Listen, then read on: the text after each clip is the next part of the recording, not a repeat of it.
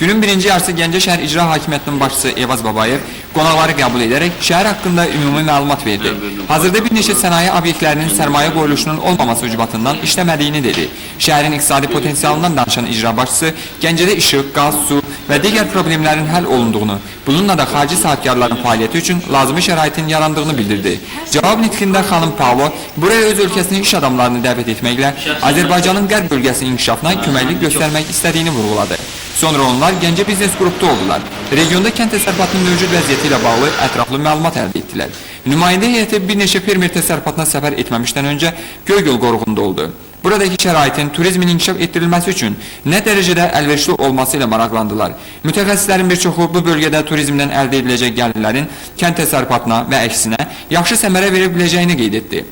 Günün ikinci yarısı Britaniyalı qonaqlar Şəmkir və Tovuz rayonlarının fermer təsərrüfatlarını gəzdilər. Görüşlər zamanı onlar Göygöldə aldıqları təəssürat nəticəsində bildirdilər ki, Azərbaycanda aqrar sektorun və turizmin birgə inkişafına imkanlar var.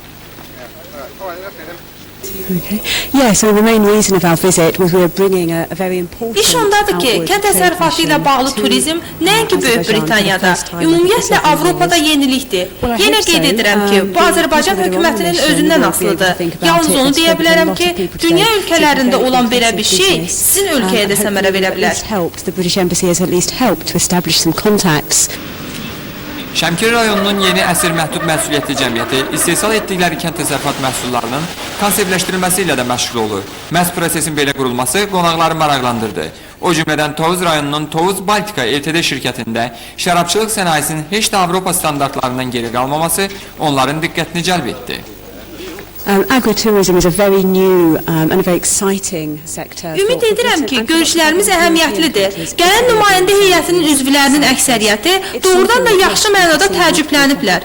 Həmçinin onlar hansısa regionda iş qurmaq istəsə, biz Böyük Britaniya hökuməti olaraq yalnız onlara köməklik edə bilərik. The first mission that has been non-oil and gas for many years. Görüşlərini başa vuran mütəxəssislər və iş adamları axşam Tovuzdan Gürcüstana yola düşdülər. Ceyhun Səfərov, Fəruq Qafarov, Xəbər Plus.